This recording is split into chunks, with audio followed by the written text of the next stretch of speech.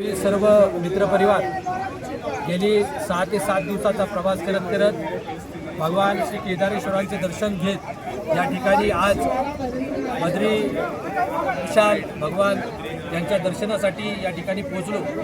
या ठिकाणी दर्शन केल्याच्या नंतरचा जे मनाला समाधान आहे ते शब्दामध्ये सुद्धा या ठिकाणी सांगता येणार नाही, कारण या ठिकाणी माझा येण्याचा जो योग आहे हा पहिल्यांदा आला।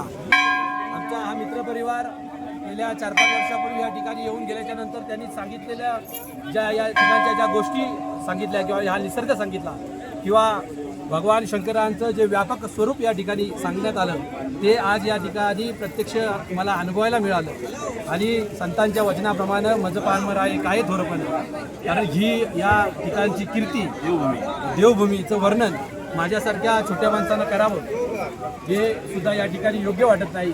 या निमित्तानं सर्वांना हर हर महादेव शिवशंकराच्या कृपेनं सर्वांचं आयुष्य अतिशय सुंदर आणि समृद्ध हो हीच या ठिकाणी भोलेनाथांच्या चरणी प्रार्थना करतो। हर हर महादेव, ओम नमः शिवाय।